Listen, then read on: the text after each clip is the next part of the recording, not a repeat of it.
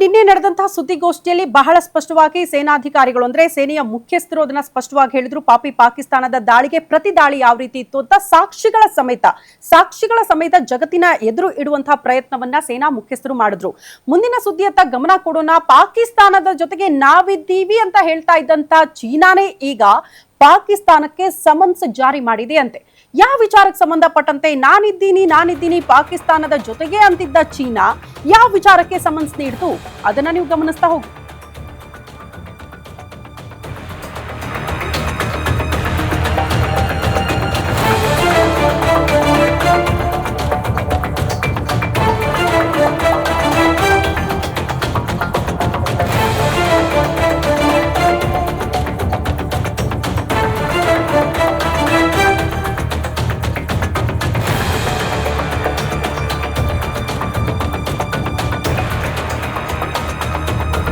ನೋಡಿ, ಪಾಕಿಸ್ತಾನಕ್ಕೆ ಚೀನಾ ತರಾಟೆಗೆ ತೆಗೆದುಕೊಂಡಿದೆ.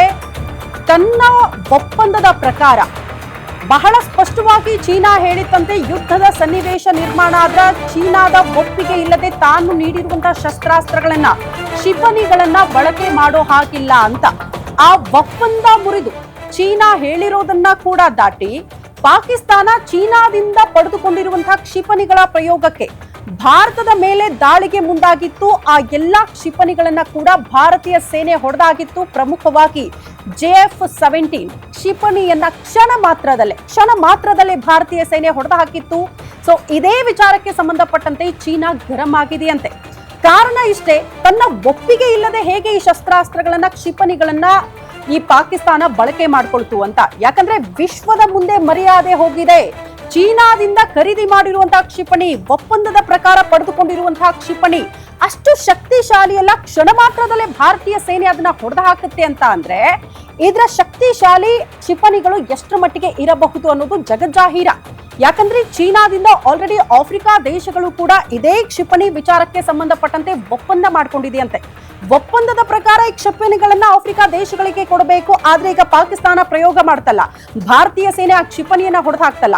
ಈಗ ನೀವೇ ಯೋಚನೆ ಮಾಡಿ, ಜನಸಾಮಾನ್ಯರಿಗೆ ಒಂದು ಅರ್ಥ ಆಗುತ್ತೆ, ಅಷ್ಟು ಶಕ್ತಿಶಾಲಿ ಅಲ್ಲ ಈ ಕ್ಷಿಪಣಿಗಳನ್ನ ಯಾರಿಗೆ ತಗೊಳ್ತಾರೆ? ಇಂಥ ಆಟಕ್ಕುಂಟು ಲೆಕ್ಕಕ್ಕಿಲ್ಲ ಕ್ಷಿಪಣಿಗಳನ್ನ ನೀವು ಪ್ರಯೋಗ ಮಾಡ್ತೀರಿ, ಕ್ಷಣ ಮಾತ್ರದಲ್ಲಿ ಅದನ್ನ ಹೊಡೆದು ಹಾಕುತ್ತೆ ದೇಶ ಅಂತ ಅಂದ್ರೆ ಇದನ್ನ ಯಾಕೆ ಖರೀದಿ ಮಾಡಬೇಕು? ಇದರಿಂದ ಆಗುವಂತಹ ಪ್ರಯೋಜನಗಳೇನು? ಇದರಿಂದ ದೇಶ ಕಾಪಾಡಿಕೊಳ್ಳೋದಕ್ಕೆ ಸಾಧ್ಯನಾ ಅನ್ನೋದು ಬಹುತೇಕರಿಗೆ ಈ ಪ್ರಶ್ನೆ ಬರುತ್ತೆ. ಅಂಥದ್ರಲ್ಲಿ ದೇಶಗಳು ಮುಂದೆ ಬರುತ್ತಾ? ಚೀನಾದ ಹತ್ರ ಮತ್ತೆ ಹೋಗಿ ಈ ಕ್ಷಿಪಣಿಗಳನ್ನ ಖರೀದಿ ಮಾಡುವಂತಹ ಮನಸ್ಸು ಮಾಡುತ್ತಾ? ಖಂಡಿತ ಇಲ್ಲ.